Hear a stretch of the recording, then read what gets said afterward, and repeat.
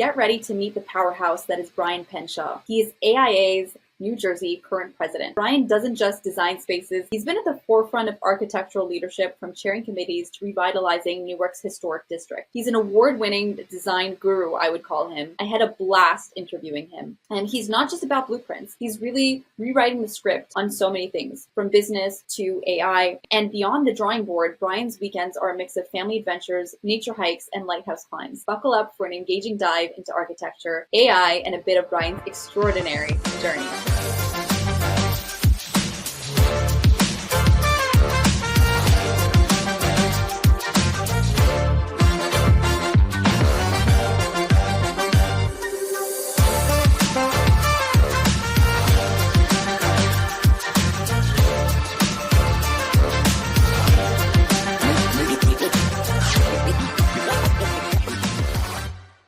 So why do people do business? The main reason business is done is to meet unmet needs, right? So if you don't understand people, you don't understand business, and you need to learn all about people. One of the biggest problems that I had early on learning was asking people what they needed. And I thought it seems logical if I just ask people what they needed and then give them what they needed, that would be the roadmap to success in business. But I found out that it really wasn't. Number one, people aren't really sure about what they need. What they are sure about is that they've already gotten a solution to fill that need, but they've never even gotten to the underlying need. So they've already I need somebody to come and put a new wall up. That's not a need. You don't need somebody to put up a wall. What your need is more space so that your family can live in a more appropriate way. They're not on top of each other. Now, you've already decided the solution was the wall. So you've already decided how you're going to meet your need. And now you're looking for somebody to do that. And now you need to pay somebody, control somebody, however you're going to get them to do the thing you want them to do to already provide the solution that you've made up in your head. Most people are like this. They're not identifying the need. They're identifying their solution and they're looking for help. I thought if we just ask people what they need, they're going to tell us, and then we'll be able to provide the solutions for their needs. They're not telling you what their needs are because they don't know. They haven't uncovered them. What they're telling you is the solution that they already have, and they want you to implement it. This is where we run into problems, because the solutions that they have normally, most of the time,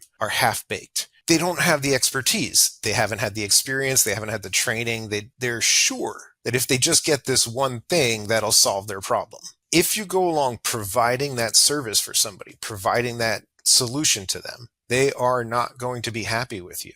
Why not? I gave them everything they asked for. Yes, but you didn't meet their needs. You gave them the solution they were looking for, which was half-baked. And you'd expect them to be happy because that's what they asked for. But they're not going to be happy with you. Why? Because you didn't know people. So if you can uncover the need that the people have and then give it to them without them asking, then you've got your secret. Now, you and I do this in our design process by interviewing and programming and finding out those uncovered needs that the client really has. And we already know most of what they are from other clients and other similar people in similar situations. So we recognize how to provide solutions that those clients haven't even thought of yet. In other industries, how do you uncover what the client really needs? How do you provide that service to them without them asking? The reason it's without them asking is you want to create less friction for somebody. If you're asking them to tell you what it is they need, that requires them to put effort into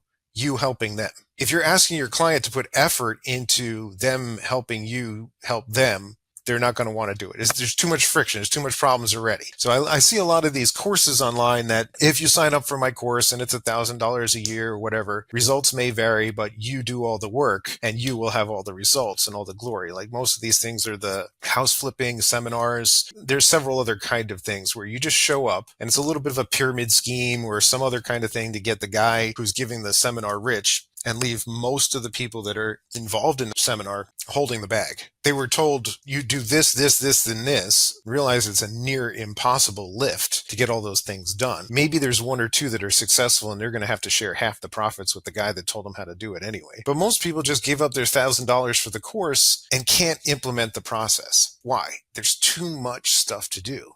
Too much knowledge and experience that is necessary in order to get there. And too much luck, right? So like somebody hits on a perfect idea once in a blue moon. Like, how did Jeff Bezos come up with Amazon? Well, Jeff Bezos was an analyst in 1997 in New York City, for a stock trading company, and he saw that online sales were growing 2,300% per year. And he said to himself, I got to get in this business online selling stuff because it's growing if you're in any business that's going 2,300% per year, you're going to do well, right? But how do you decide what to sell? He thought of himself, what's the first best product to sell? He looked for the thing that had the most variants, the most options to buy, and that's books. At any time, there's about 3 million books in print for sale. Music comes next with about 200,000 copies, albums, songs for sale. And then beyond that, it starts to drastically reduce. I would say fashion is a close third behind all of that.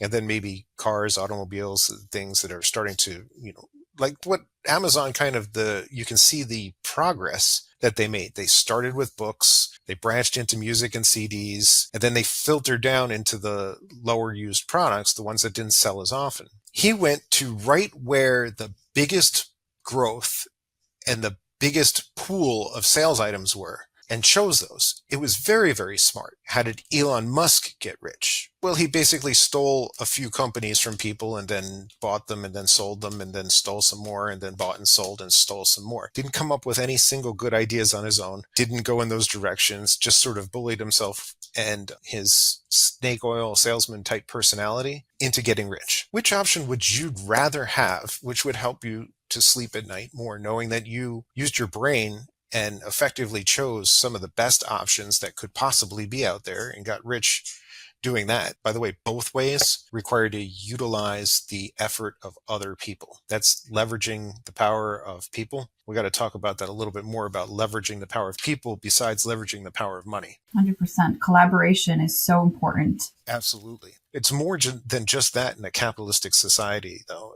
Everybody needs to win in a way, but when you're the boss, you need to win a little bit more than all of the employees. It doesn't mean abuse them, but if the company isn't the vessel that's carrying all of you together, you're going to sink, right? So the company has to kind of come first. That's why, like Kiyosaki says in Rich Dad, Poor Dad, you got to kind of pay yourself first, and there's all this profit first mentality. The reason is, if you as a sole proprietor aren't paying yourself first, you're going to go out of business. You're going to sink. You can't carry anybody with you. You can't have any employees. You can't provide for the company. And a company is a group of people pulling together all in the same direction to get the same goals accomplished. If you're forming a company, you got to care about the people first, not the business. The people are going to get your business done. So without them, you can't do any of it. How you leverage the power of those people? Steve Jobs said, hire smart people, and we don't tell them what to do. They tell us what to do. I love that. Right. You're the sum of the 5 people that you spend the most time with. And micromanaging those people is not going to get you the results that you need. But where does that come from? It's fear-based. If I don't tell them exactly how to do it, when to do it, it's not going to get done the right way, and then everything will come falling down. Yeah, and I find that happens a lot in construction projects, design projects. There's a lot of micromanaging because there's a lot of money that's involved. And money creates the intense emotions and mostly fear resolving all of that.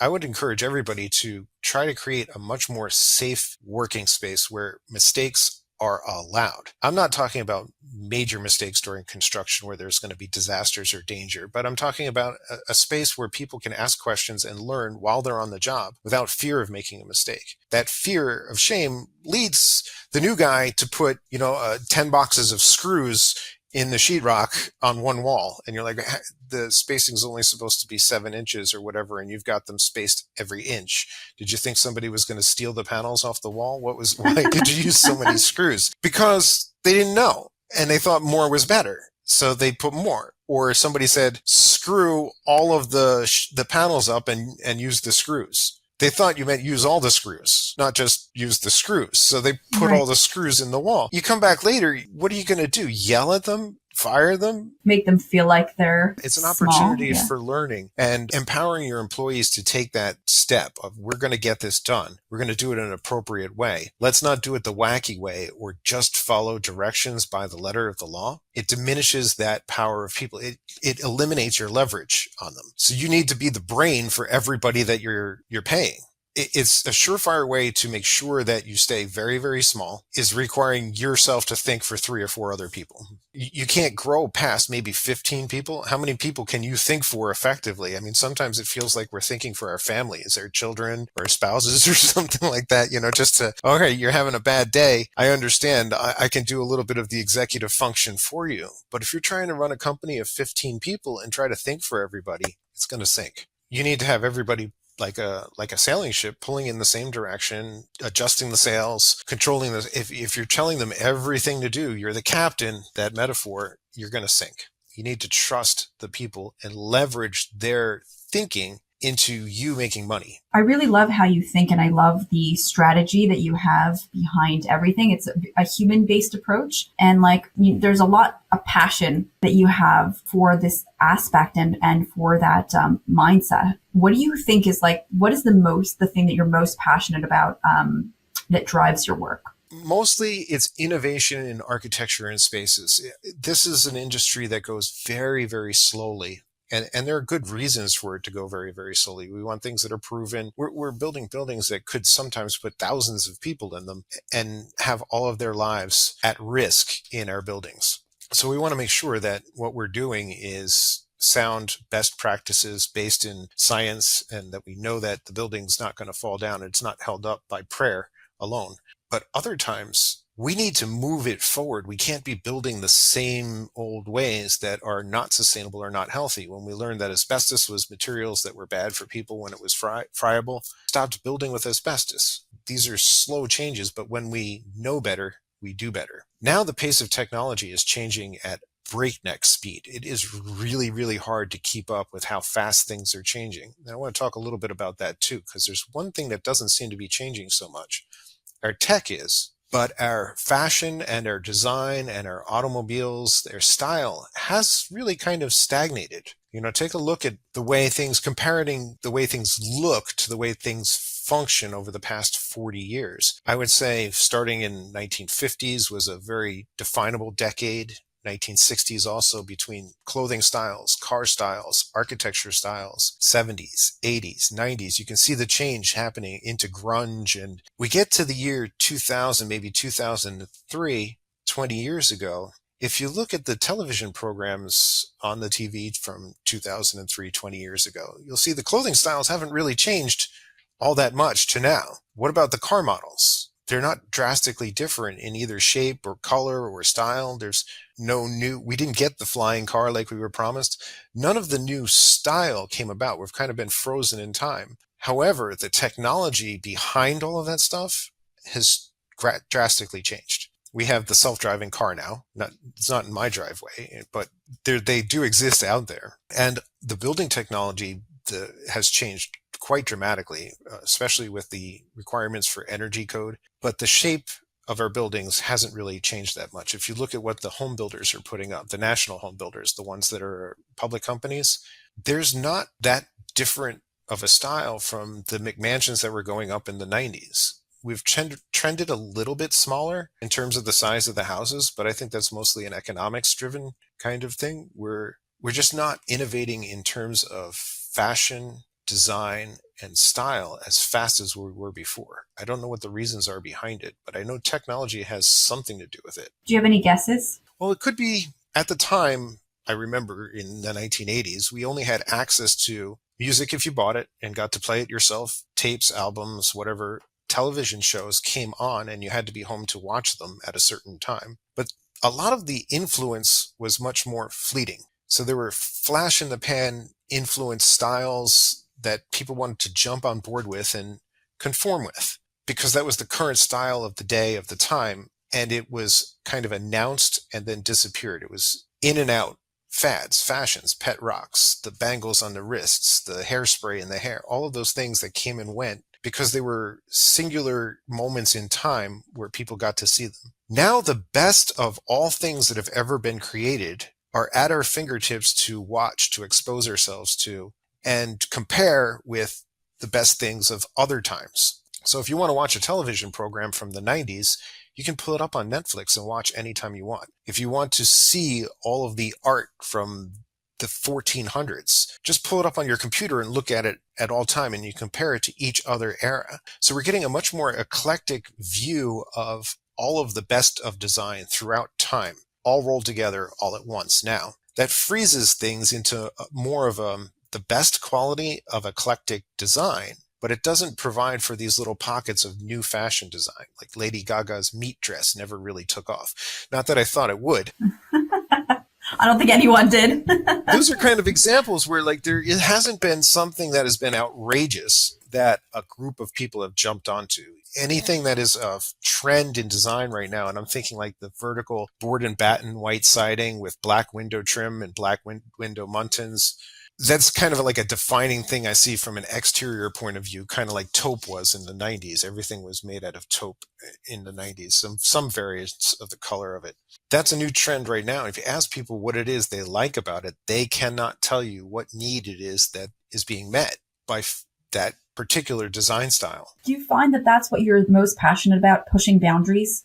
Yeah, probably. It's probably because I didn't have very good boundaries for a while. Like I had to learn how to shore up my boundaries. But on the edge of understanding of architecture, of design, being on the edge, on the limits there, allows for both creativity and for expansion in growth. It's not safe out here on the edge of design. You're not going to feel safe. There's higher risk involved with the design, being on the edge. There's also higher reward. And it's not just financial reward. There can be financial reward. If you take a look at postmodern houses compared to a regular shingle style or center hall colonial that's being put up, the postmodern style house will sell for 3 to 4 times as much for the same square footage. Is it because of the materials or flat roof? No.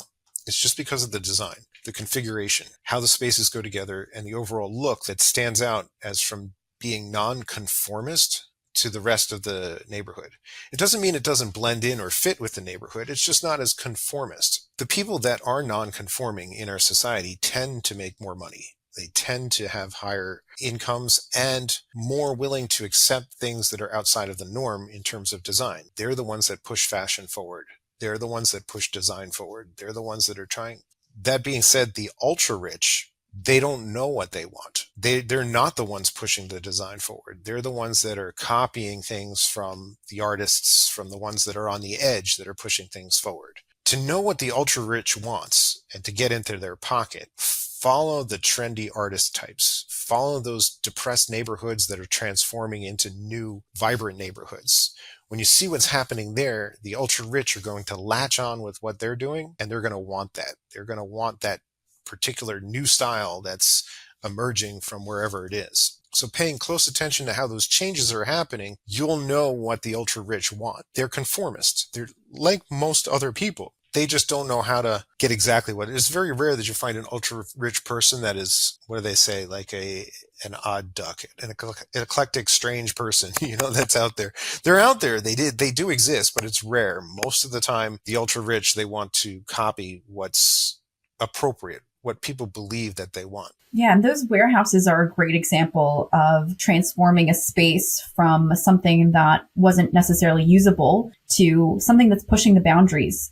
And nobody would have thought of it, and that's why the people that did are the ones that made a lot of money from it. And then there's colossal failures in the same vein. WeWork was a great idea that we're going to start bringing people together in these office spaces. And however, I think they got too big, too fast, tried to do too much, and it kind of all came falling down. Right. But it did inspire everybody else, like a lot of the smaller companies, to start creating co-working spaces. I think it did birth a new generation. Absolutely transformed the space. And it was a flash in the pan kind of thing that offered a lot of ideas. There's nothing wrong with starting and failing. This is we put a lot of judgment into what other people have done as whether it was good or bad or successful or not. And we may be judging them based on what our definitions of success are or our definitions of good or bad are. There's nothing wrong with starting and failing. It's not really over or a complete failure because most of those lessons learned can be applied to the next venture. And it's not over, right? It's not the end. There is certainly a lot of bad feelings with losing a company, with having things not work out the way they want to do. But if you approach it from a mindset, a growth mindset of learning, there's a great book from a Harvard psychologist named Carol Dweck called Mindset. If you haven't read it yet, grab a hold of the copy or an audio copy. And it really is the difference about growth mindset and a fixed mindset. And I've always had a growth mindset where I believe that you can be smarter. You can learn more. You can expand your mind. It's not fixed. You're not set with a inherited set of traits that you're stuck with. I've heard of many people say, well, I'm just not that smart, or I'm not good at math, or I don't know how to draw. I need somebody else to do that for me. You're not that smart yet. You're not good at math yet. And you haven't learned how to draw yet, right? Because you haven't put in the time and the effort and the willingness to learn all those things. When you put in the time and the effort and the willingness, you'll get the results of learning those things. The ability is there. The growth is there. It's just have to decide, am I the type of person that knows how to do math, that likes doing math, that's good at math? I only use that because it's a common topic that people are like, oh, I'm not that good at that. And I hear often as an architect, well, you must be very good at math. I do not sit here doing partial differential equations all day. I rarely, the most math I do is counting my money, you know. And that goes back to what we were discussing before the show, which was that you said you shore up the things that you're not as good at, and that you're constantly working to improve in areas that maybe you weren't as good at before. Can you tell us a little bit more? You were talking about the specifications. Well, my first example is in high school in the 80s, I used to watch the early episodes of Jeopardy with Alex Trebek. And I almost religiously watched this program. It was quite enjoyable for me at 7 p.m. to sit down with my plate of food and answer all the trivia questions, unless they had the category art history. And I was like, oh God, art history. I'm not going to know anything about this. And I really didn't. I was atrocious. I didn't know any of the artists. I didn't know any of the styles. And when I would go to the museum, it would be nice to look at them, but I didn't understand really why the paintings were in the museum as opposed to like being sold in the Walmart. It didn't make any sense to me about why a Monet was different than Thomas Kincaid. And what's the real underlying story about why is this in a museum? It sparked a curiosity in me to find out more. I was at the MoMA and standing in front of the giant Jackson Pollock, the mural that goes across the whole room. And there was a man there standing with his nephew. And he said, I don't get it. I could do this. It's just paint thrown on the wall. And I said, no, it wasn't on the wall. It was on the floor. And number two, no, you can't. Like, you're not Jackson Pollock. You don't have the motivation, the idea of automatic painting. You haven't figured, and you certainly don't have enough scotch to be able to get drunk enough to be able to create that. And I said it out loud to him, and he's like, he didn't understand why the painting was on there. But his first idea was to be disparaging. Not only disparaging, but also equating himself to a famous artist. I don't get that disparaging about what other people are doing. If I don't understand, I go to curious. So rather than D, disparaging, I go to C, curious. I want to find out why. That. Why are they doing that way? So if you see somebody that's doing something differently than you would do it, don't think they're crazy. Now, they may very well be absolutely batshit. Like they can't figure, like they're nuts. You may find that out in the end to be true, but to assume that at first is a big, big mistake. You're missing out on the opportunity to learn from them. They might know something you don't know. They might have a real good reason why they're doing that. So the first question, rather than why are you doing it that way, might be, why are you doing it that way? You know, like I want to find out more. And it could be the same question, but there's no disparaging behind it. There's a lot of curiosity behind it. Disparagement will lead the other people to immediately put up their defense. When you're approaching with curiosity, they're going to be eager to tell you why they're doing it. Because you're interested in what they're interested in, they're going to want to share it. It leads to growth. You can reserve your judgment, your discernment for later. Like, wow, that person was a nut. They don't know what they're doing at all. Or that you don't have to tell them either. You don't have to tell them that they're wrong or that they should do it a different way. I've struggled with that urge a lot of times to correct people when I see, hey, you know, there's a better practice for doing this. I want to show them. I want to inform them because I think that I'm providing value to them by helping them.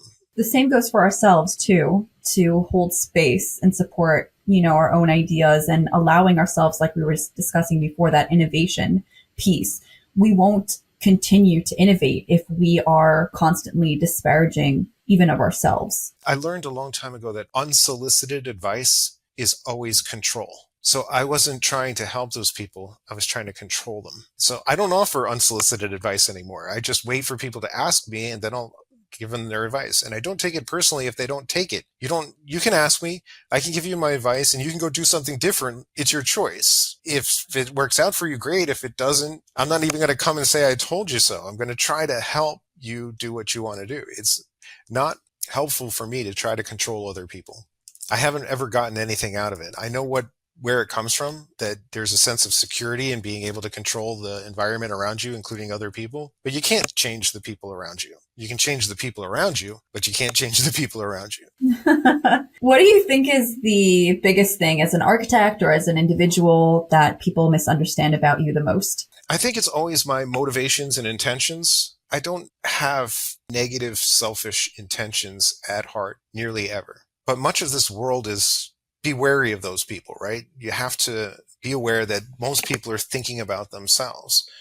Before I interact with other people, I try to make sure that my basic needs are met, that I'm not coming out to interact with them to get something from them. In that approach with other people, if you're approaching to get something from other people, it's sensed immediately.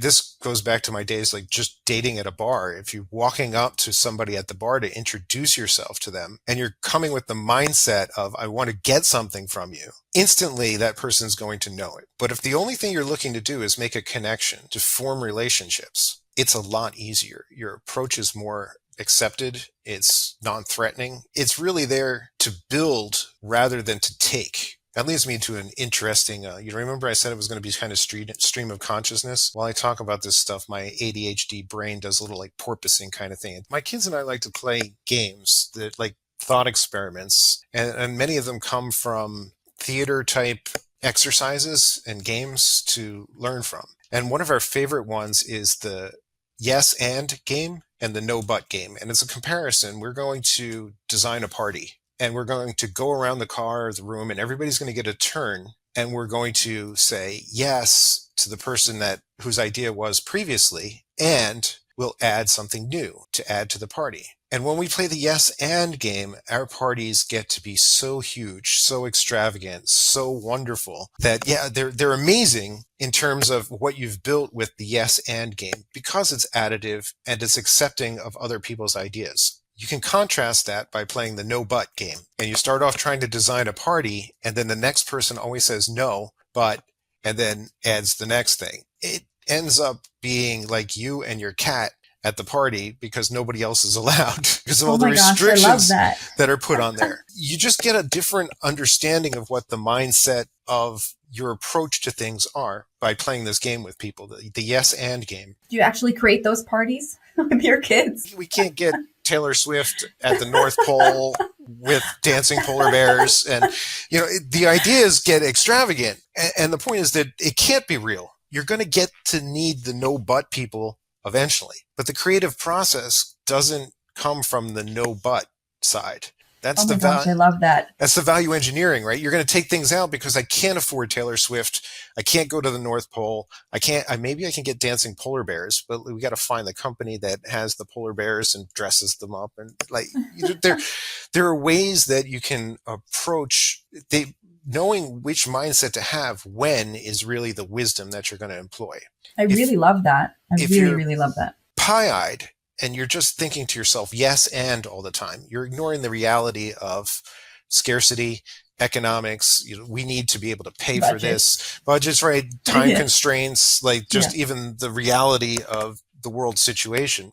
But if you start from being a problem pointer outer, no, but you can't do it this, no, but you can't, no, you can't, no, you can't, you don't end up anywhere. So to start from the mindset of cost cutting rather than value building, you end up with zero project, zero anything. You don't end up with a party. You don't end up with anything because it's all no but. And the absolute cheapest way to build anything is to not build it at all. Put the money in your pocket and go home. You didn't risk anything and you have all that money. You didn't spend any of it. And then you say, no, but I wanted to build something. Well, there's the no, but again, right? Yeah. Well, you got down to the cheapest. The cheapest was $0 spent. You didn't spend anything. You saved all that money. You saved it all. Yes, and you got nothing. So your philosophy in terms of value engineering is first start off with an expansion of ideas. And that's again, pushing the boundaries. And you were saying the people that have the most money are the ones that are pushing the boundaries, are the ones that are innovating, but then have a sprinkle of reality in there. So take it back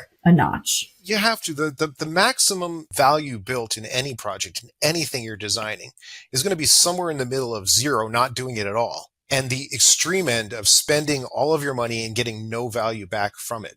We've buried all that money in structure and foundations and waterproofing that we never ever see. Somewhere in the middle between those two is a maximum value. I like to think of it as an upside down x squared kind of like a parabola. We're looking for that peak in there.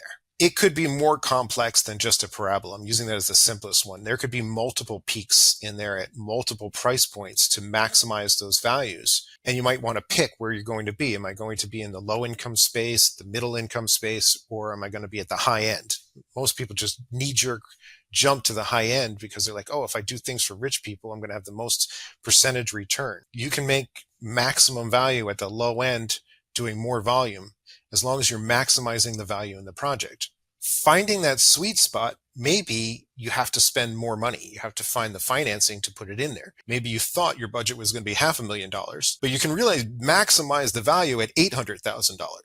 How are you going to do that? That's where you use the leverage of money rather than the leverage of people, and you finance the project to get your $300,000 out, maximize the value, and you take into account the cost of the money that you're using to maximize the value.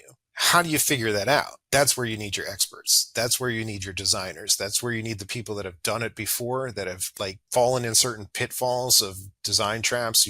Should I put this out there? What is the payback on amenities? What kind of amenities do I need in my multifamily space to get people to rent the space? Is it just providing the space? Is it just providing the amenities? Is it providing a space that people care about? I'll give you an example. The Jenga Tower in New York City? It's, I forget the address of it. It's downtown, and Herzog and de Meuron did the building. I don't know who was responsible for the interior design of it, but I had a friend that had an apartment inside that building. She was on the 12th floor, and she invited me in to see the place. And it has every amenity imaginable: pools, workout spaces, and they're gorgeous because each apartment's ridiculously expensive. You could line the floor with $100 bills, scoop it all up, put it in a bucket, and you still don't have enough for your monthly rent. The feeling of the interior design of the space is cold, brutalist, the exposed concrete on the inside. It's very unfeeling, uncaring. There's no warmth and compassion and kindness there. So it feels a lot like inside the Holocaust Museum in Washington, D.C., which also triggers a lot of feelings for me that are shock, horror, dismay. And because of the same type of finishes and lighting that museum has is inside this building, there were almost zero people using any of the amenity spaces. It didn't have to do with the amount of money that they poured into building this building. It was tremendous. They didn't maximize their value.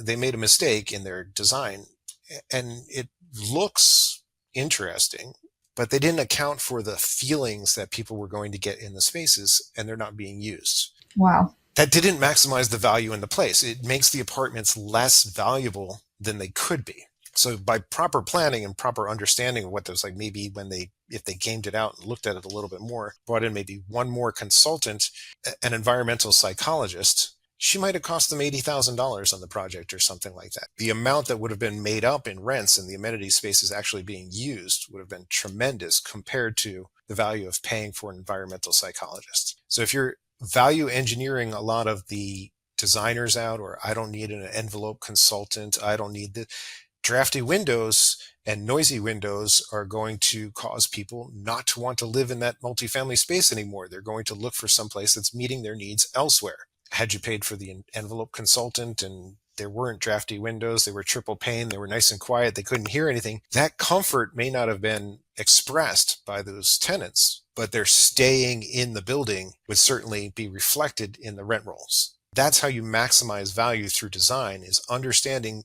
and meeting the unmet needs of people without asking them what they are. I love that.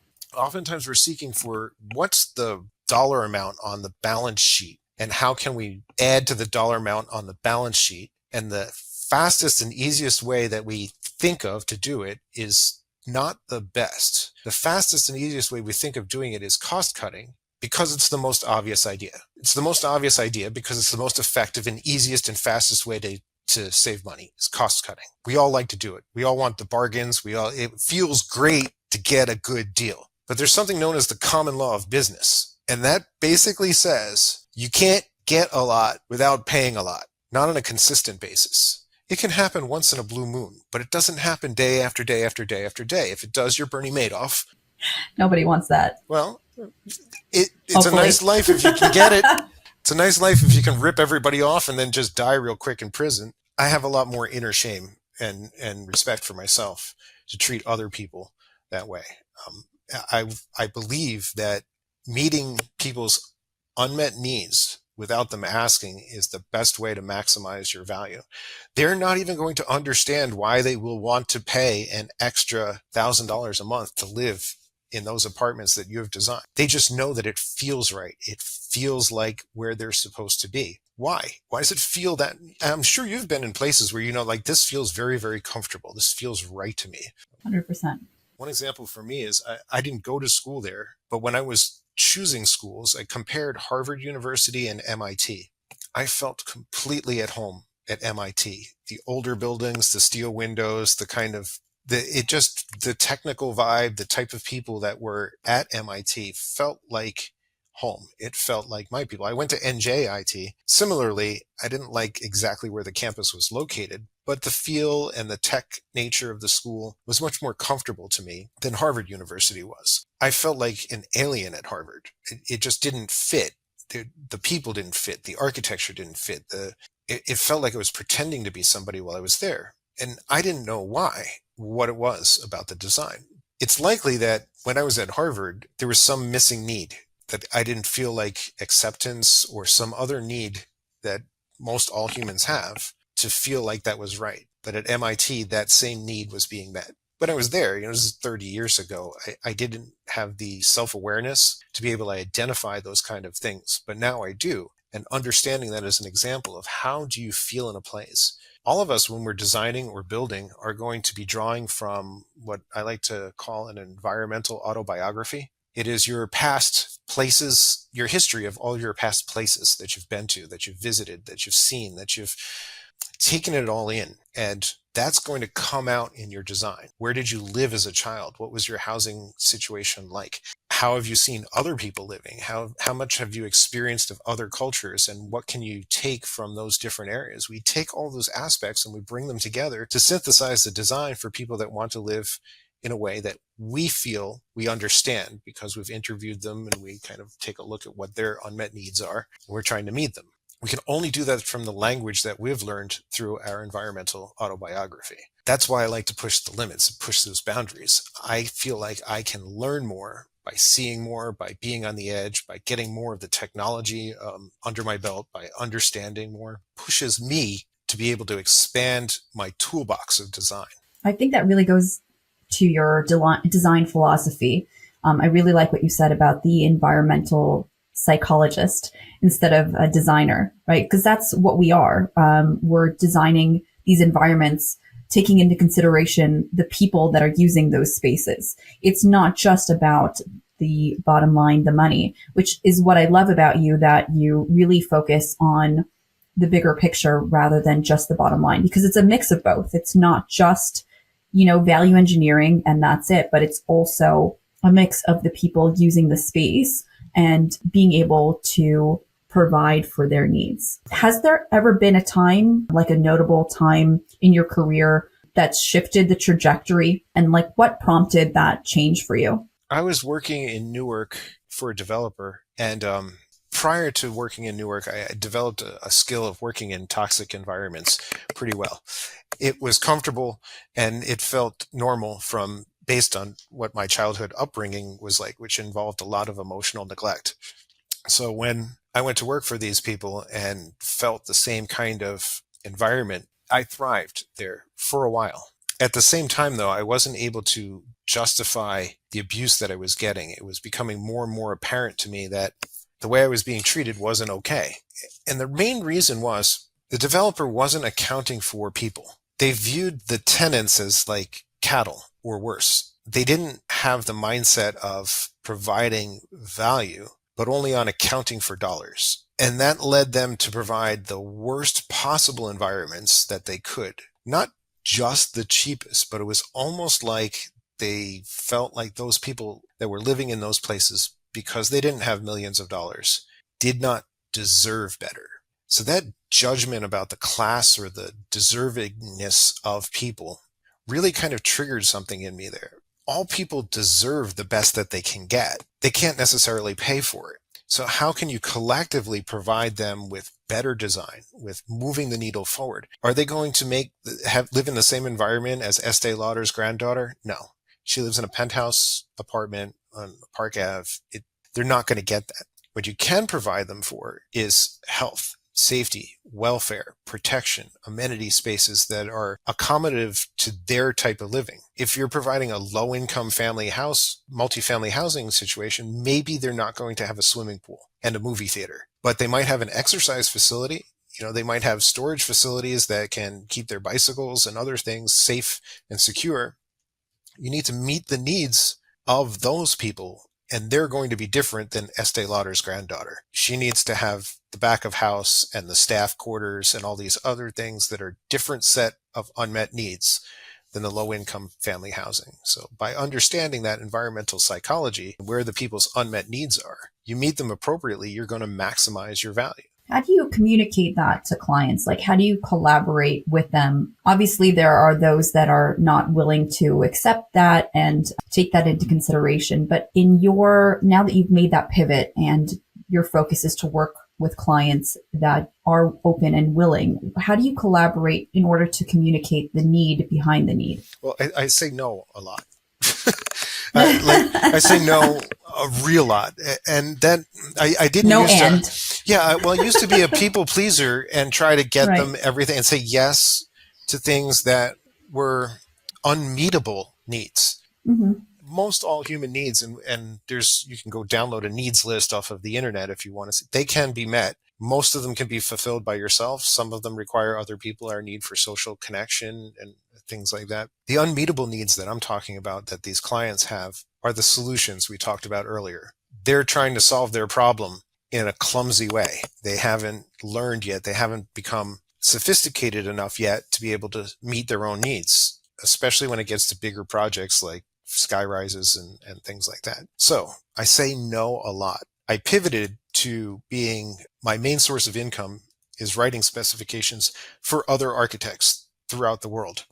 And there's 4 or 5 of us that are working as a company and providing all of those specifications to other architects for the rest of their building projects. So I don't have to worry about that income to pay for my house and my food and make sure that my kids can go to school. And that's taken care of by my 40-hour-a-week writing the specs job. Now, how do I provide that other value to other people? Very, very selectively. I choose the clients that I want to work with that do understand what it is that I'm bringing. How am I valuable to them? They've already made the decision that they want to work with me because of the value I'm bringing. And I consistently keep saying the same kind of things about my design philosophy. I'm not changing it up, and I'm not erasing my boundaries or even smudging them a little bit. I keep that high level of integrity so that I know that my value is going to be useful for the people that want to pay my fees. And then I just don't negotiate on the fees either. So it makes it a lot easier when somebody says, oh, you're too expensive. I'm expensive. There's no such thing as too expensive. Right? It depends on what you're getting for the value. Now,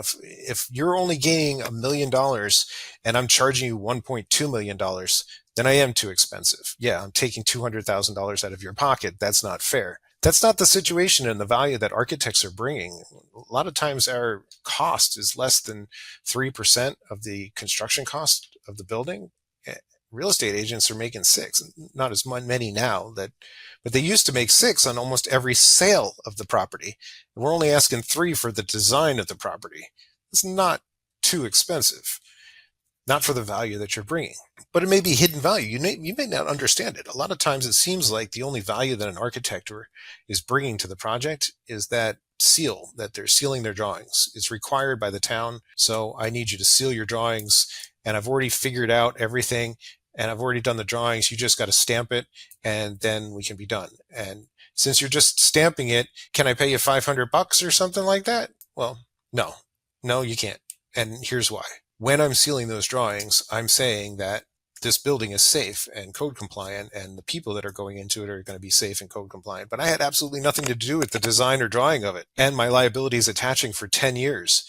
So I have to pay my insurance for 10 years on your project that you want to pay me $500 for. So $50 a year is what you're paying me for to pay my insurance on your project? No, thank you. Just don't want to have anything to do with that. Now, if you want to utilize my stamp to verify that this building is going to be safe for all the people you're putting into it, but not just the safety, their health, their welfare, their enjoyment of the space, and not just that. When people love a building, they care for it. There's no such thing as deferred maintenance, which is one of my favorite terms. Like, how can we save money? Let's defer the maintenance. Well, if you do that, your building's going to fall down. You got to keep up with those kind of things. If people love the building, they'll take care of it. If people don't love the building and they see that it's cheaply made, they see that things are kind of falling apart, they're not going to want to put any extra money into that building. They're not going to want to maintain it. They're not going to want to sink those costs into that building because the value's not there. They already see that it's crumbling and falling apart. Just let it fall apart. Not to mention how they're treated, too. It's going to massively impact that. Michelle Obama said at one of the AIA conventions that we had that people know if you care about them. They just have a sense. So as a building developer or an investor, if you're caring deeply about the people that you're putting into that building, it'll show in the design and the construction of that building. If you don't care about them, it's going to show in the design and the construction of that building, and they're going to know.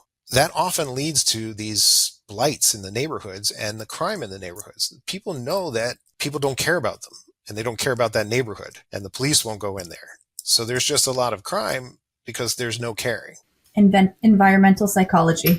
Yeah. It's my new favorite term. It's a great field. There's an author, I just went to a seminar of hers, Dr. Toby Israel. She's an environmental psychologist, and her newest book is called Designing Women's Lives. And she talks about that idea of an environmental autobiography. And many of the famous women architects that were pioneers and what their early lives were like and what their environmental autobiography was like and how that affected their designs going on. It's a good read, and she's a wonderful person. So if you can grab a hold of that book, or even meet her, I think she lives in Princeton. It's an awfully good read. That's so cool. I'm going to grab that, the name from you after the show. Yeah, Designing Women's Lives, Dr. Toby Israel. Amazing. What are some common challenges that you face during the design process? How do you overcome them? Challenges during the design process. Most of the challenges come from site-based difficulties. I don't take on projects that are easy, usually. I usually farm them out to other architects that I know. New construction, flat lot, no boulders, no problem. That's a dream job to be able to get that kind of house because it's very, very easy to produce the drawings. Most of my design challenges, though, are waterfront or urban or historic or something that's a little bit more challenging. I worked on all the specifications for doing the Times Square Theater, the TSX, both the lifting of that building and then the entertainment stage that's going to overlook Times Square with Mancini Duffy. It's a very, very challenging project coming up with those ideas. A lot of the waterfront stuff that I do, hurricane-prone regions, sheet pilings and screw piles and wooden piles driven. There's urban architecture. I worked in Newark for many years trying to rehab a lot of the older buildings. It's stuff you find in old buildings. If you haven't come across it before, the structural systems might have been a little bit different, a little bit more challenging. So figuring out solutions on how to solve those problems. The biggest challenge, most of all, is the clients. Really, it's people not understanding their own needs, not what they're looking for. And then because they're still not getting that need met, they're blaming you for not fixing their problem right away. So that's why I've gotten away from being a people pleaser and saying yes to every job with the fear of not getting paid and not having enough money to being much, much more selective with who I'm doing work with. Okay, amazing. Yeah, it's tough when there's certain expectations from HGTV or other shows like it and how things are supposed to operate. And then when it comes to actually getting the work done, then, the expectations are off and you can't implement as they had hoped for. So setting those expectations in advance and educating the clients is really important from the get-go. I agree with the client, managing the client's expectations. I have those conversations, especially about the do-it-yourself TV programs and no permits and things that are going on TV. They're there to sell the products. And if people had known that it was going to get worse before it got better, and if people had known that it was going to take 3 months and not 3 days, they would never go buy the products that are being advertised on those TV shows. So the TV show wouldn't exist anymore. So as a prerequisite for the TV show to exist, they need to lie. They just need to lie to people. That's a little bit unfair to the people out there that come with these unreasonable expectations now. I believe about it in a little bit different way, though. You use the terms educate your client. And I was all in about this because I'd heard it probably from a similar source as you, that one of the best ways is to educate and provide value by educating your client. But I thought about this for a long, long time, and I thought about it this way. Imagine you go into the paint store, and it's Sherwin-Williams, and you bend the ear of the person behind the counter for an hour about all of the paints, and you learn really everything there is to know about the paint in that store. And you also learn that the paint's $53 a gallon. But because you spent all that time in there and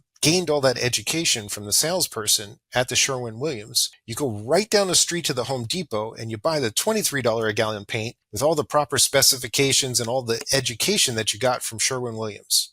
So Sherwin-Williams spent an hour educating you, and you gave your business to the Home Depot. Why? Well, it's $30 cheaper and it's better for you. Why wouldn't you? It just makes good sense. You're getting free education from Sherwin-Williams and spending your money at the Home Depot. Extend that to Liat. I come to you for your design expertise. You educate me in the whole design process and everything that needs to be done. You spend 2 hours of your time. And then I go to a space planner or a drafts person or something that's going to put my ideas on the paper, and we're going to adhere to all of those rules and restrictions and processes that you told us about because you educated us. But now we have the cheaper person that's doing it, not you. Yes, that can absolutely happen. It could absolutely happen. It absolutely Yeah. does happen. And those tire kickers are looking for you. There's two solutions to it. One is charge for your time all the time. Free consultations, any contact that they're having with you, because you're an expert and you've gotten to the expert status, your time is valuable. They can pay for it. That's also a really good, what they call a monkey's fist to getting into the job. They've already paid you.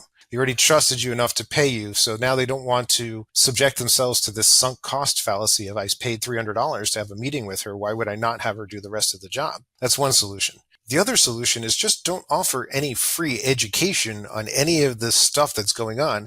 And if they have questions about that stuff, well, that's part of the design process and will become apparent as what's going on. I get that they're not going to be able to say yes to you right away. That's fine. Let them go get their education from somebody else and come back to you. If you're going to be the cheapest person on the block, you're the discount designer, the Walmart of design, you're going to get all those clients that are coming to you last. It's not the end of the world to be in that situation. If they're coming to you last because you're cheapest, you don't have to educate them. You already got educated from the rich people, right? Like from the expensive ones. They're coming to you because you're cheaper. There's nothing wrong with that to be at that level. But if you're not going to be the cheapest one and you want more margin, you want to do a little bit less volume, then you start moving into that expert area where you're not going to be educating them because they're going to run to the cheaper person. Educate your client after they're on the hook, after they're all reeled in, after you're partners in the project. Then you want them to understand fully everything that's going on. You don't want any confusion in their drawings, any confusion in their design. They don't want to be questioning later why your fee is what it is. They want to know everything and have an open and transparent process with them. But don't educate them until they've signed the contract. There's different levels of education, and I equally find that there's different types of clients. There's clients when you show them value, then they continue to want to work with you, which is a huge aspect to what we're doing with our construction group, is providing a ton of value without expecting anything in return.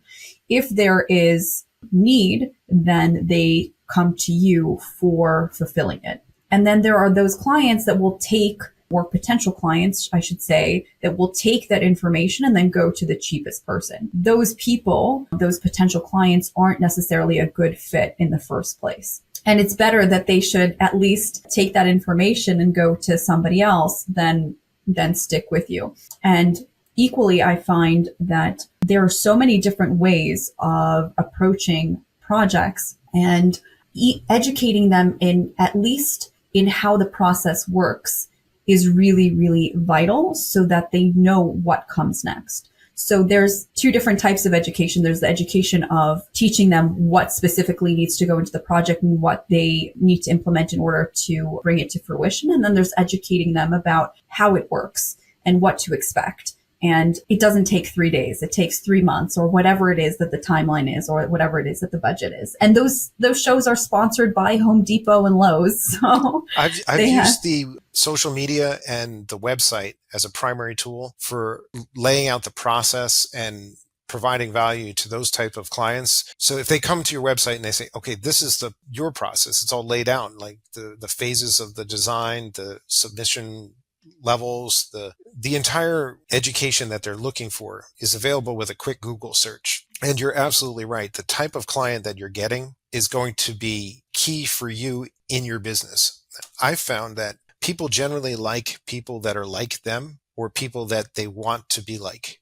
So if they see you as somebody that's got similar values and goals as they do, they'll like you and they'll get to know you and trust you. Or if they see you as somebody that they want to be like and they want to emulate, they'll like you and trust you. Those are the kind of clients that you're going to want to get. So tuning in to somebody that is more akin to your personality style, they're going to be the best client fit for you. If you're a discount type of person and the value, your core belief is that I get the most value by getting the lowest price, you're going to fit very well with that type of client. It's a good business space for you to be in.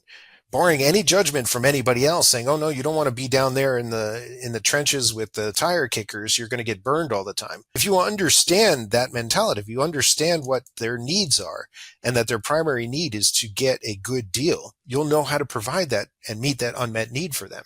That's not what I'm looking for first and primary in my dealing for both goods and services. Do I like a good deal? Yeah, I really love getting a bargain. It's fantastic, but I also recognize that it's not going to happen every day, all the time. What I really like is getting good value.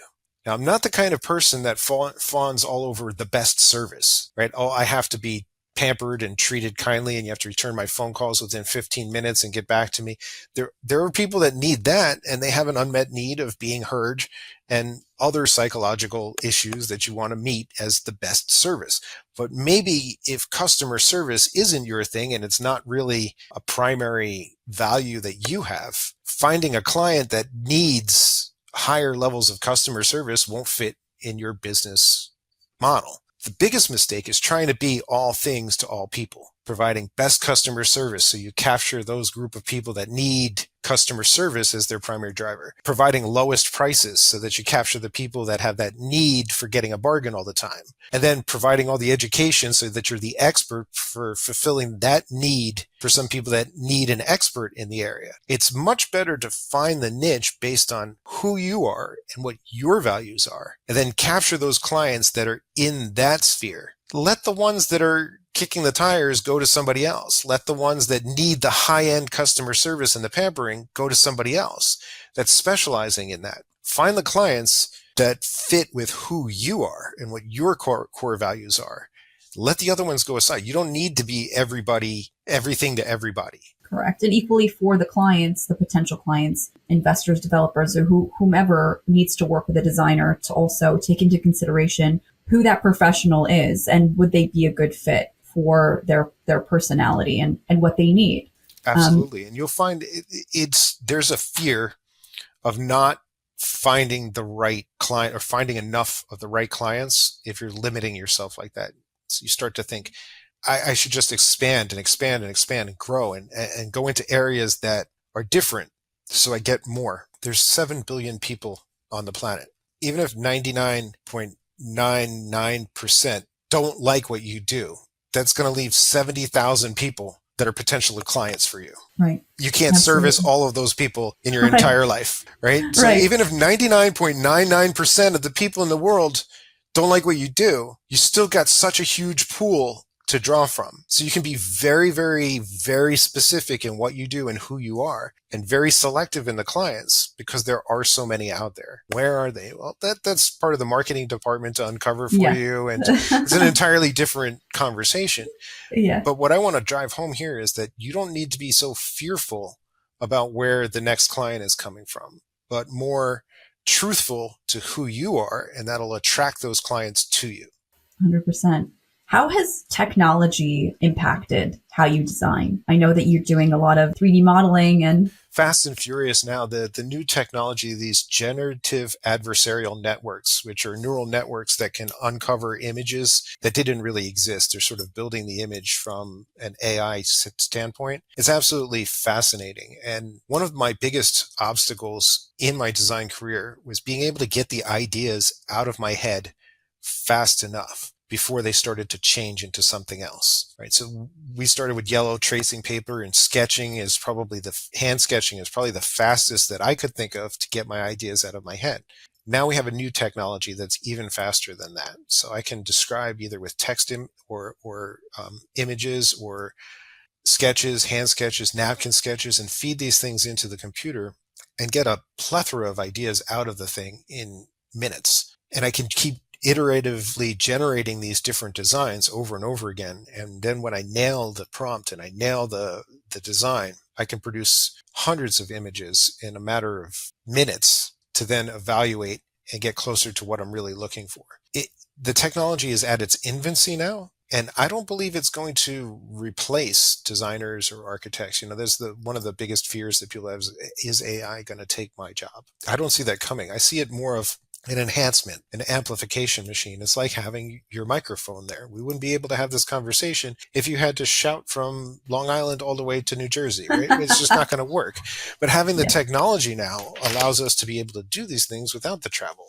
Having these newer technologies is going to be able to amplify and augment our design skills, mixing human and machine to be able to do things faster and better than we could before. It's really great for ideation, getting those thoughts, like you said, onto paper or computer. and for communicating those ideas. Now, right, presenting them. Bill Martin and I quickly. have been at the cutting edge in New Jersey for about a year on this, and we've been presenting all over the place. We're going to do a presentation out on Long Island in January at the AIA meeting, and we're doing small firm exchange in New Jersey, and in Pennsylvania, the CSI local or regional conference is going to have us present. And we're showing people how these things work, the ethical obligations that you have when you're going to start using them, and how to do it, basically, how to start creating right away using the AI as an augmentation tool for what you're already doing. Is it going to replace us? I don't see it replacing us anytime soon. There's not a lot of intelligence behind artificial intelligence, just like there's not a lot of wisdom behind conventional wisdom. It's artificial for sure, but it's not thinking, and it's not going to replace the ability of a human to have feelings in a particular space. The computer can produce the image, but it doesn't understand the why behind it, like we were talking about before. What needs will that image now produce? Right. It needs somebody in control. It needs the intelligence behind it, the soul behind it, to really be useful. And because it's in its infancy, many people haven't really figured out that it's a powerful and useful tool yet. They're still seeing it as a novelty. I just caution everybody that if you haven't been in like the Chat GPT or any of these large language models, get in there now and experiment. It's going to be very, very useful and handy in the future. It's been here for years. Like the autocorrect on our Microsoft Word has been here for years. That's a form of AI. This is getting a little bit more complicated now. It's such a productive tool. It's going to save you time, going to save you energy. And if you don't do it, you're going to kind of be left behind. Many people else are going to vault ahead with the ability to do things. I've even seen some of them getting ahead in investment strategies on Wall Street using these large language models. They're able to come up with new algorithms that have never been thought of before to make people money. Yeah. I don't know how to do that. And I'm not passionate about Wall Street. I'm passionate about building. So I've really took into this generating images, designs that I want to show, but there are a lot of other applications that I can see it being very useful for. And that technology is really going to be the driver of our economy in the future. there doesn't seem to be a lot of production type growth areas. Technology is driving all of that. Our economy is in a downturn, not just in a local business cycle. It's running strong right now, but there will be a downturn soon. The Architectural Billings Index has been down 5 months in a row, below 50. Below 50 means it's shrinking. Above 50 means that the billings are growing. And it's been below 50 for the last 5 months. You say, well, what does that mean? It's no big deal. It's just hurting architecture firms. The problem is it's a leading indicator for the whole entire construction industry. If you're not producing drawings and plans, then soon you're not going to be producing buildings, right? So the slowdown starts with the architectural billings and then leads through the entire industry. Why do you think that is? Does that have to do with I think it's the interest rates. The cost? Yeah. The interest rates. I think it's the interest rates go up, and then the cost of the capital to build one of these large buildings increases that much. So if you're doubling the interest rates, you're going to be doubling that cost of capital to be able to get it done. How can you mitigate against that? Well, you can build faster. The finance on some of these huge projects gets into the hundreds of thousands of dollars a day based on the interest costs. So if you can reduce the time to completion of a project and get that building, that economic engine producing income faster, you'll reduce the cost of building. The only way to do that is really through technology. So hopefully these new technologies can produce the plans faster and then eventually produce the buildings faster. I don't think it's going to put people out of work. Our economy is transformational, and I believe that if there were no jobs picking peppers because we found a pepper picking machine and we didn't need immigrants anymore, all that means is that all the people that were picking peppers are freed up to do something else, something more productive for society, some other thing. Is it that somebody was so enamored with picking peppers that that's what they only wanted to do for their life? No, it's more likely that's what they could do, right? So I don't know what would happen what would you do if your job got replaced by AI, right? What's your next job? I might be an overland truck driver or something like that, but then I'd be replaced by a self-driving truck. Right. And then they already have those. Right. And then what am I going to do after that? Maybe I'd want to be a fisherman, but be self-fishing boats that are going to be pulling up the fish and bringing them all in for everybody, which is great for feeding society and all these things. But finding your passion where you're going to make your money or do what you want to do. What if there were no money? What if all of our basic needs were being met by these machines and these AIs? Our food was grown, our shelter was built. What would you choose to do then? I'd choose to do a lot more fine art and music and spend a lot more time with my family. Yes, 100%.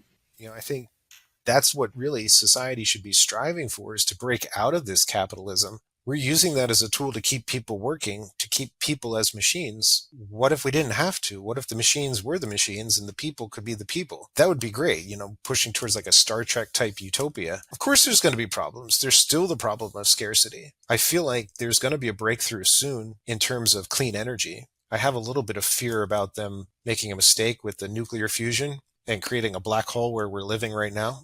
But it's probably an unreasonable fear. I have no idea how to do that. I see this giant machine and they're shooting lasers and they're like, we did it, cold fusion. I'm like, well, did you really?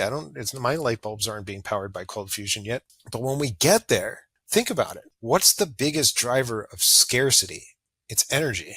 Energy is the driver for all of our economy. When we eliminate the problem of energy and the cost of energy, mining the energy, producing the energy, and it becomes free, plentiful, and clean, what's the next thing that's going to be scarce? What's the next thing that's going to cause the problems? This is thinking like Jeff Bezos and what he was thinking about with Amazon. Right, the trajectory of where things are headed. I feel like it's going to be water. Like clean, potable water is going to be the next thing that's going to be the scarcity. So where you have water is going to be more plentiful and have economic success, and places that don't have water are going to have more and more problems. And they're going to be dependent on the areas that do have water. With unlimited energy, hopefully we can divert it or produce it or control it more than we do now. But how do you do that? I don't know yet. And by the time it happens, I'll be an old man. But it's something for maybe a 20-something to start thinking about what happens when we get clean nuclear fusion. In your estimation, what is like the number one personality trait or strength that an architect needs to be the most successful at his job or her job? Grit or fortitude, like that idea that just keep going, just keep swimming. Architecture is a long, long process to get certified, to get degreed, to get licensed, to all these things, and to give up early because it's just not right for you. I totally get it. I understand it. There are going to be days where it doesn't seem right. It doesn't seem like, because it's such a long, I think it's 13 and a half years to licensure is the average. And I think it took me over 16 years. It's not an easy thing to do. So having that grit, that willingness to keep going, even in the face of adversity, is probably one of the key core personality traits that I think every architect needs to have. And it's also one of those things that I think that the test, the ARE, Architectural Registration Exam, is really looking for. It feels like most people fail part of those tests, if not some, if not everyone. The passing rate's somewhere in the neighborhood of like 64 to 67% for each of the tests, and there's 6 of them. So there's a lot of failures that happen. It's not really a failure unless you stop taking the test. There's setbacks, right? You fail when you quit. So having the grit to keep going, that fortitude that, I'm going to be able to do this eventually, and not view it as a personal setback or a personal affront that you can't. Having that growth mindset that I just need to learn a little bit more to become a minimally qualified candidate. I can do this. You can get through. And I think that could transfer to investors or developers or whomever else working, realtors, whoever else working in the real estate industry as well. That grit and fortitude is super important for anything, any project or anything that you're tackling in life. It's really a mindset. And the other thing that I would have to say is don't make it about yourself. This is not about you becoming a great investor, or you becoming a great architect, or you becoming a great designer, or it's about finding the ability to help other people within you. You don't have to be great yet. Greatness doesn't come like that. Greatness comes from doing all of the best that you can in very little things incrementally over time. It all piles into a big bucket of greatness, but you can't just burst on the scene and be great at anything. I mean, I think of Michael Jordan, the basketball player for the Chicago Bulls. He missed more shots than he ever made. He lost more games than he ever won in the final minutes.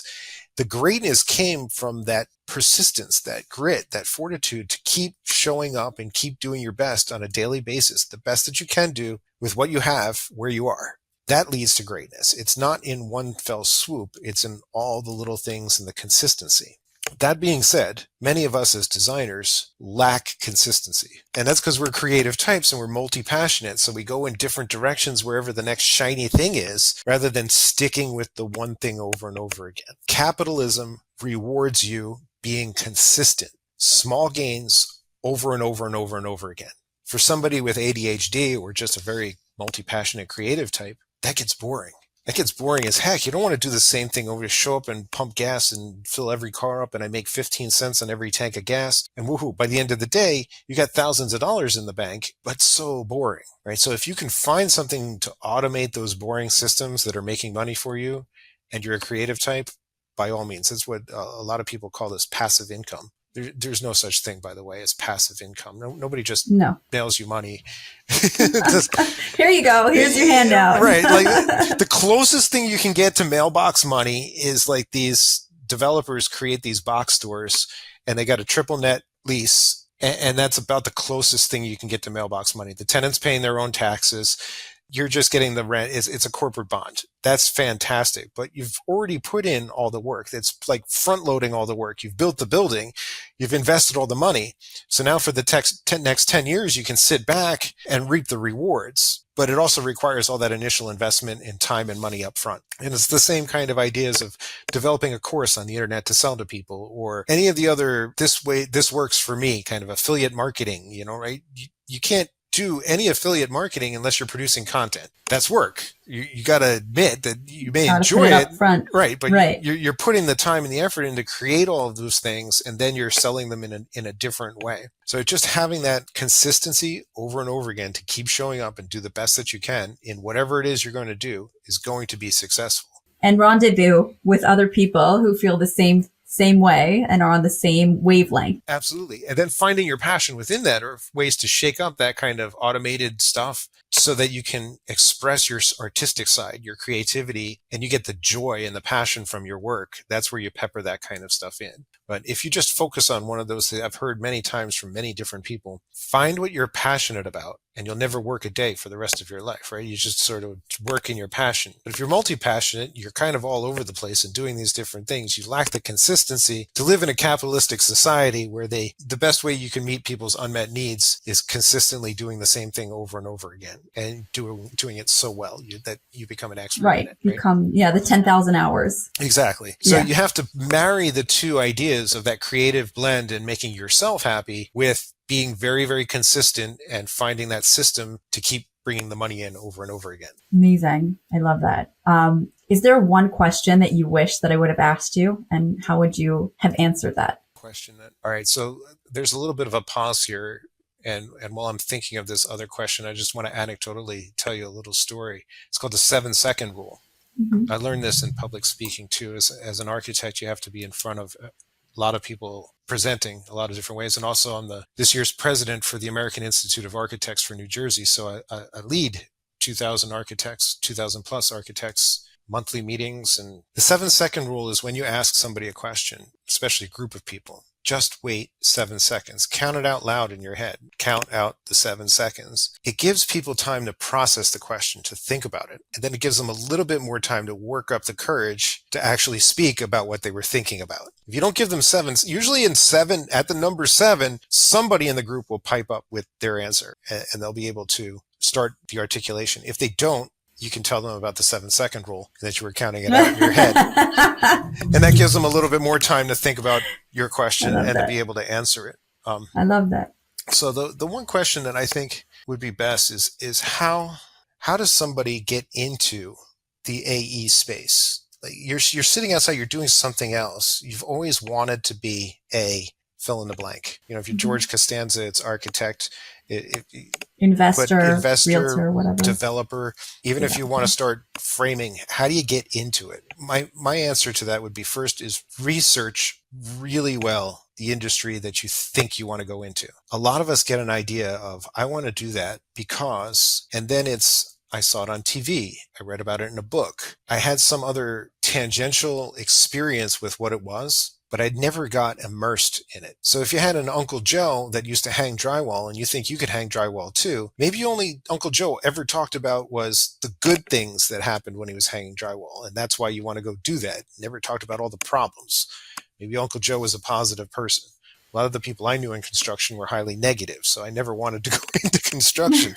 They were complaining all the time. I had to carry the wood all day long and then swinging the hammer. I hurt my back. And okay, I don't want to do that. My father hates hanging drywall. You hear these stories of people that have good experiences at their work. They're passionate about it. So you may gravitate towards that job. Lawyer is one that's often romanticized on TV a lot. Like lawyers do not spend 90% of their time in court arguing and then the judge is banging the gavel and they win. They spend 98% of their time reading and redlining documents. And then maybe 2% of the time they get to see the inside of a courtroom. So if you go in thinking I'm going to be a lawyer and I'm going to get to see all this court drama and action and I'm an excellent argument, and you don't realize that your dyslexia is holding you back. You got to read 98% of the time. Why do you want to do that? Maybe hanging drywall is a better job for you. Get a lot more enjoyment because the amount of reading that the drywall guy is going to do is maybe he has to read whether it's 5/8 inch thick or 1/2 inch thick on the side and whether it's fire core or not. There's not a lot of reading going on while you're hanging the drywall. So really research what particular skill set is needed in the field that you're going into and whether it's going to fit with your personality. I struggled in college trying to figure out what it was I was going to do. I thought, I'm good at math, I'm good at science. My dad was an engineer. I'll be an engineer. And then when I was in engineering school, I was getting colossally bored with engineering. It was very reductionist. It was no but. And I needed yes and. Architecture school was a lot more yes and a lot less no but. So I was able to find the place where I could activate that creativity within me. And I found that field fit right for me. So what I do in architecture really fits with my personality, whereas engineering didn't. Now, I have all the training to be an engineer, and I do a lot of work that would be attributed to engineers normally that I do for myself because I have that training. But if I focused specifically on engineering, I wouldn't be happy in my life. So choosing how and where you're going to go into this AE space is highly dependent on who you are and what your core values are. Figuring that out for yourself is really a process rather than just picking, hey, that's a good job, I can make money at it. There's enough of different careers within our space that you can find the right one that you're going into. Right. Or with any space, really. Amazing. What would be like your 3 key takeaways or your tips regarding having a successful project in terms of architecture? Number 1 is be true to who you are as a designer and know who you are, know what your core values are, know what those beliefs are. Number 2, know the client or the end user, not necessarily the client. If it's just the developer that's going to be flipping it and selling it to a convenience store, know the people at the convenience store that are going to be using that space. So know the end user of the space, because you can't really design for that user unless you know what their needs are going to be, because your goal is to meet the unmet needs of the end user without them asking. And then finally, continually grow, become an expert in your field, becoming an expert in whatever you're doing, because you have a growth mindset. You're going to continually get better. You're not already the best, or you're not already anything. There's a chance for you to get better and to grow in everything that you're doing. Don't give up. This is the only way we've ever done it before. There may be a new way. Be open to it. Be open to the change. Be open to the ideas. When we know better, we do better. So always be growing. Those 3 things: know yourself, know your end user, and have a growth mindset are my top 3 takeaways. Would you say that applies to also investors and developers who are using architects? Like, would it be the same 3 takeaways for them? It's similar. Knowing yourself and knowing your end user is knowing business. Now, I say have a growth mindset as an architect because you're always going to be growing into that. As an investor, I don't think you necessarily need to have a growth mindset. As an investor, what you need to do is have a repeatable process. I was successful once. It wasn't because it was a black swan day and I got lucky and everything worked out. It was successful because we put together a plan, we put together a team, and we executed properly. That process becomes repeatable. You do it over and over and over again. And that's how you make money. It's not about a home run when it's investing in real estate. It's having a repeatable process. So it's a series of singles. You're going to win the game by just repeating this process over and over again. You're not running out of opportunities. You're not running out of space. There's plenty of real estate. There's plenty of land. There's plenty of opportunity out there. It's just find a repeatable process. That lets you get good. It lets your team get good. It lets you use less materials, less mistakes. It's like creating the Henry Ford's Model T. Once he got that construction process, that assembly line set up, you could crank out car after car after car.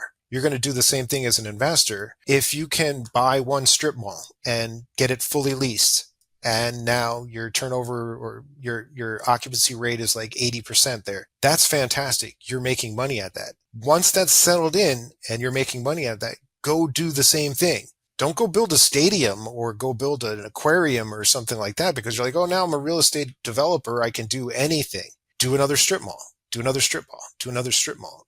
Maybe after you've got 10, 15 of these things under your belt, you can branch out into a different space, but don't do it too soon. There's growing too fast will sink your ship just as much as not growing at all. I love that. Having a repeatable model is really important. Absolutely. For success. Amazing. Yeah, that's one of the reasons that in architecture is different. We can, and some do, continually do the same thing in the same space over and over and over again. But many other architects want the novelty and that dopamine hit of, I'm doing something brand new, I'm researching all this stuff, I'm getting to do it a different building type, because that's a lot more exciting and a lot more interesting. It doesn't make a lot of money doing it that way. It's just exciting and interesting. The repeatability of something is what will make you a lot of money. And that's just due to the way that our society is set up. We're set up for specialization right now. Right. And efficiency as well. Like once you have that expertise and you're able to put systems into place, then it just goes much faster. Mm-hmm. You're not reinventing the wheel for each new thing that you have to do. Amazing. Where can our audience find you? They can find me on LinkedIn. I'm not very active on LinkedIn. I'm most active on Facebook just to interact and talk with people. And we have several different groups on Facebook dedicated to architecture and design. I'm in most all of those Facebook groups, and if you find one that you're in that I'm not in, let me know. I'll join the group. So I like to provide value on the Facebook and check. We have an Entree Architect group that was started by Mark LePage many years ago, and it's a fantastic group where we, as architects, can share the information that we need back and forth, and it's a safe space where people can ask questions and get their answers that they need, and there's no shame for them finding out something they didn't know. And that's Amazing. like that. And for our investors, they can definitely find you in our construction and Absolutely. renovation group. Absolutely. And I'm happy to provide value. I'm not looking to hit any home runs when it comes to providing value, but I can provide architectural services for people that do need them on a quick basis, especially if we click our personalities. So I'm happy to help wherever I can. Thanks, Thank you Leah. so much for joining us, Brian. I had such a great time. Thank you. Me too.